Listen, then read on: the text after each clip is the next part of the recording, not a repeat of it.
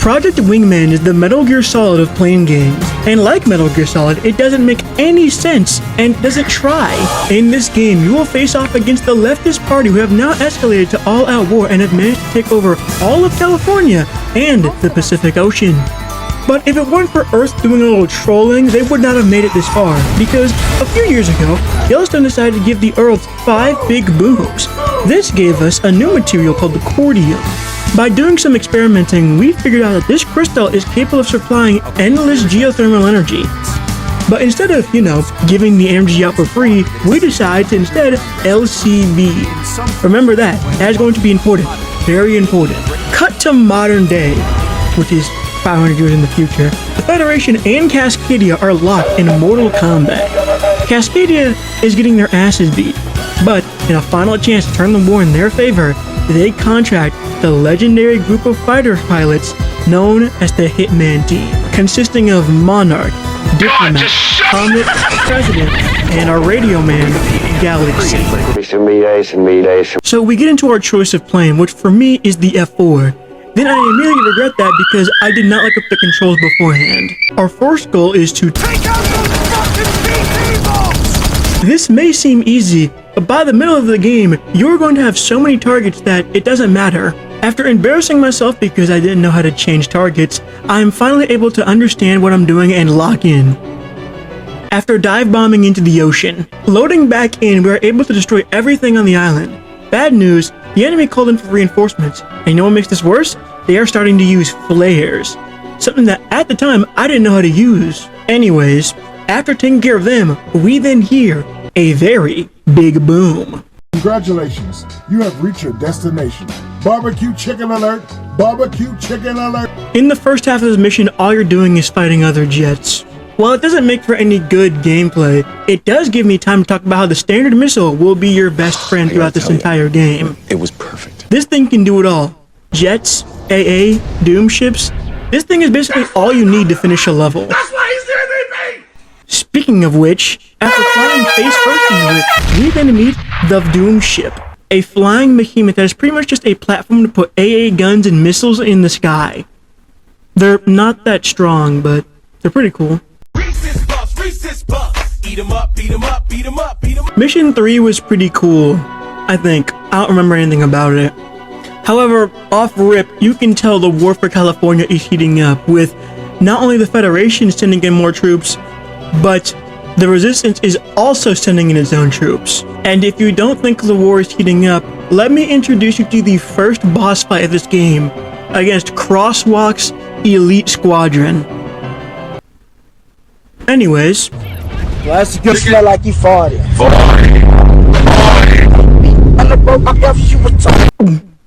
this might just be the Project Wingman. It's obvious, but the feds have upped the ante and are now deploying whole-ass armies with jets, tanks, and helicopters. And unfortunately for me, the F4 that I've been using throughout this entire game is not cut out for a mission like this. What we need is a plane that can take out multiple targets at once. And we just so happen to have one. The Su-25 is equipped with multi-lock anti-ground missiles and a stronger cannon. Perfect for a mission like this one. Even though it is slow as fuck, the standard missile has no problem taking out other jets. Yo, bro, why are you doing that? Easy ain't drop yet, bro. Don't worry, Mega Man drops January 7th. Listen.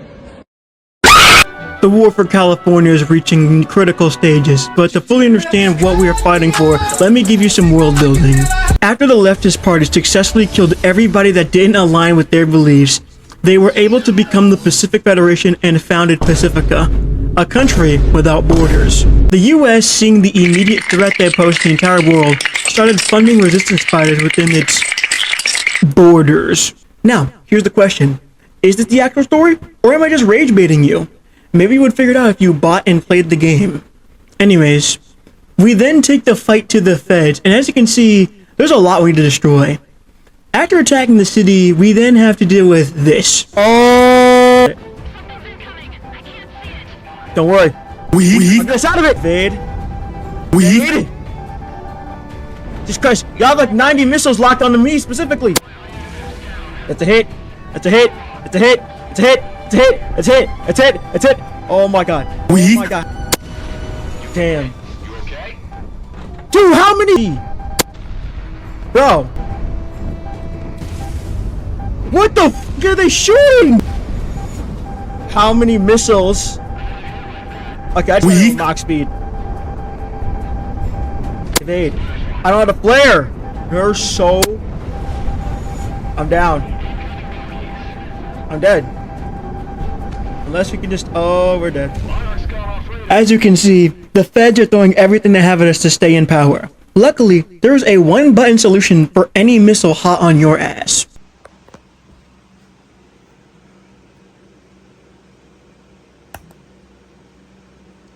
You know the saying, the missile knows where it is? At all times. Well, in Project Wingman, once you hit the flare button, the missile still knows where it is, but where it is an entirely different realm. Now, with this knowledge, you're probably wondering, why was I trying to dodge the missiles like Neo instead of just hitting the flare button? The answer's quite simple. Like I said in the beginning, I didn't know the controls, so I was dodging missiles like how Frogan dodges a salad bar. Anyways, I load back in, shoot guys, hit flares when I'm threatened by missiles, basic stuff.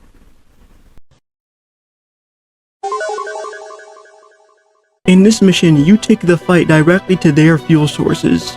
Now, while I have been, abridging this game's story, this time I'll try to give y'all some context as to what we're doing. So a few hundred years ago, Yellowstone decided to give the world 5 big abilities. Not only splitting the entirety of the United States apart, but it also gave them a shiny new rock to play with. This rock is called cordium, a crystal-like substance that is capable of powering anything with geothermal energy. However, this happened right around the time the leftist party decided to purge anybody who didn't believe in their beliefs. Successful in their effort, they were able to found Pacifica. Them, not like in the United States, The further west you go, the worse. decided to set themselves up on the western coast, pretty much hogging all of the cordium from the United States. But if there's one thing that the United States' history with foreign fuel has taught me, it's that if they can't have it, then no one can.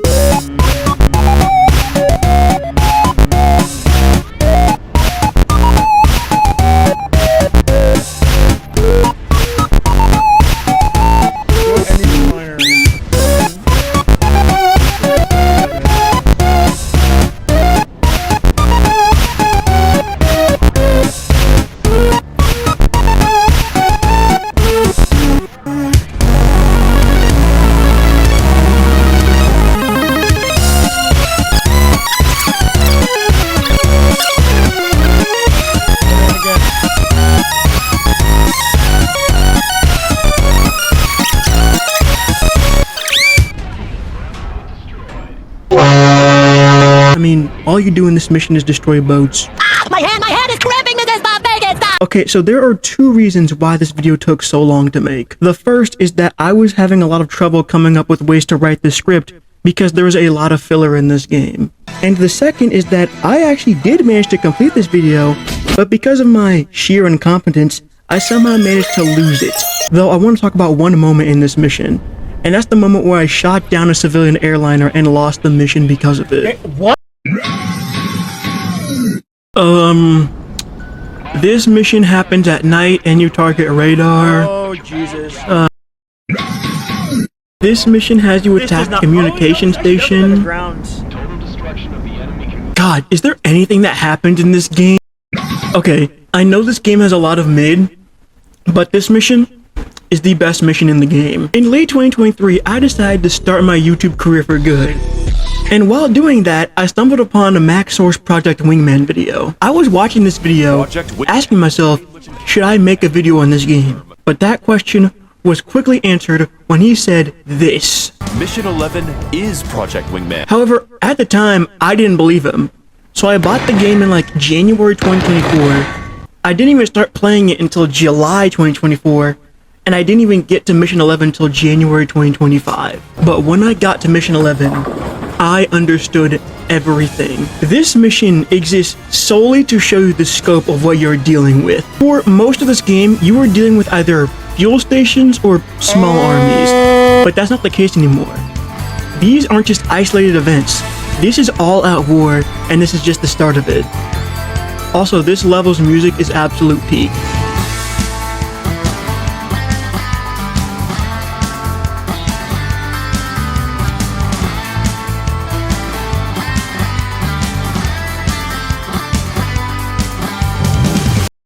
want you to make me a Krabby Patty!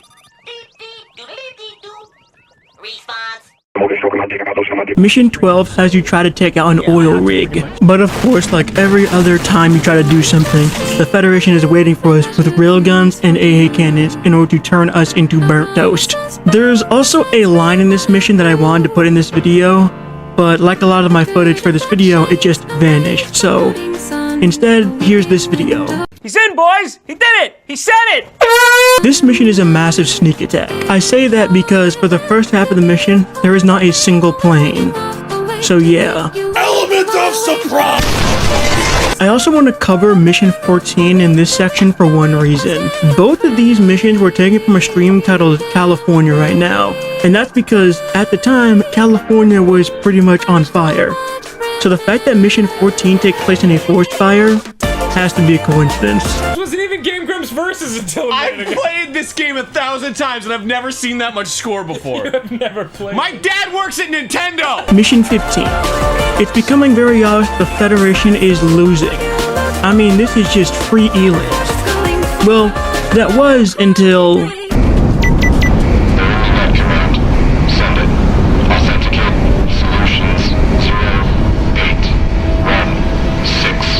Shit. Authenticate. Blaze. Bring back. Blaze. May God have mercy. So remember I talked about LCB in the intro? We decided to instead LCB. Remember that. That is going to be important. Very important. Yeah, well LCB actually stands for Legalize Nuclear Bombs.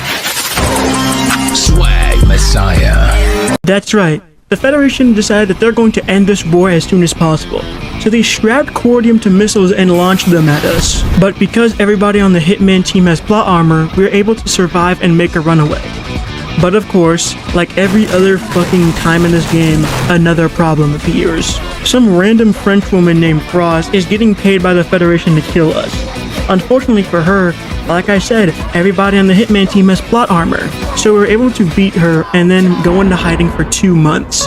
After 2 months of hiding, our gang is back and ready to continue the fight. And just like old times, the Federation is getting absolutely destroyed. Like I said, this game has a lot of filler, but this mission is actually pretty cool because I could talk about something pretty interesting. In 1942, a German engineering company proposed the idea of a new super heavy tank that everybody has heard the name of. The tank in question? The P-1000. Now, for the uncultured who don't know what I'm talking about, the best way I could describe this thing is a land battleship. Now, obviously, this design is absolutely unhinged, and of course, no production was ever made on it. However, it seems like the Federation really liked the design, as they have 2 working prototypes of the land battleship. And that's not all. They're also strong. Like, really strong. The only way I was able to beat these things was by strapping 6 gun pods to my bomber and doing this.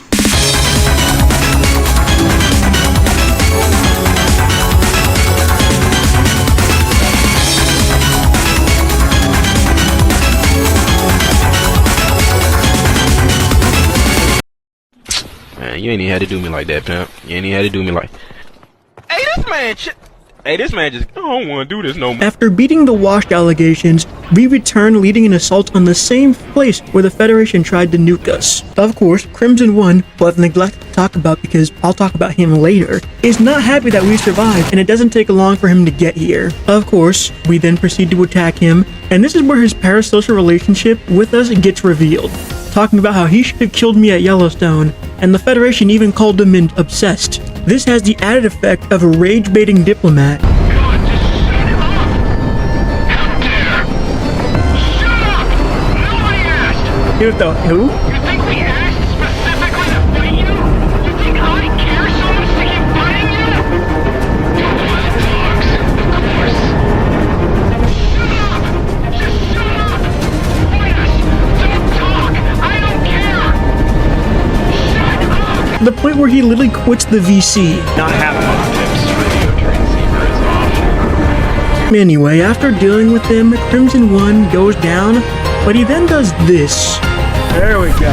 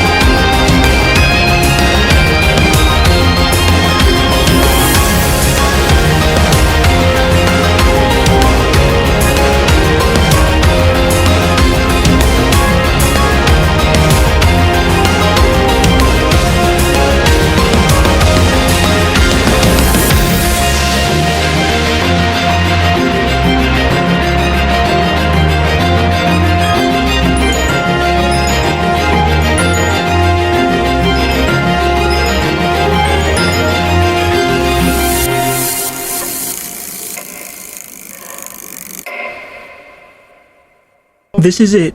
This is the final battle that will determine whether the Democrat Party lives or dies. An assault on the main hub of the Federation, Los Angeles. Knowing that we are right outside the headquarters of all the influencers, the first action is to evacuate all the political streamers. As for everybody else, as you can see, the Federation is throwing everything they have at us in order to protect California. However, we are throwing everything we have at them to destroy California. So the final battle is pretty much just one very violent game of tug of war. But because the Federation has no plot armor, main characters, or power of friendship, they unsurprisingly get their asses beat. So much to the point they literally call a truce while we are still actively fighting each other. But hey, we won! The war is over! No. No. What is that? Missiles? Get out of here. Get me out of here. Get me out of here!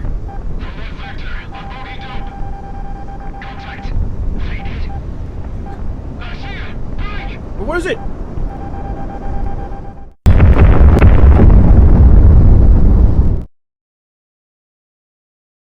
You're a slave to history. Even after calamity, you fight against the only order that can guarantee the safety of your people. You solely are responsible for this. The year is 2525. It has been 500 years since the world has split in two. And standing, or rather, flying, where I am now, I've never seen a character quite like Crimson One. The funny thing is, I originally had a whole section where I go over all the characters, but I forgot about it. But to summarize every character in the game, Diplomat has anger issues, Comic is insane, President is insane, and Galaxy is somehow holding them all together. Yet, all of them pale in comparison to the main villain of this game, Crimson One. His whole reason for launching nukes at you was solely to have a chance of killing you. He literally nuked his own house so he could have a chance of killing you. And when it failed, he lost his shit. His entire arc is obsessive schizophrenia, which perfectly describes the average Twitter user.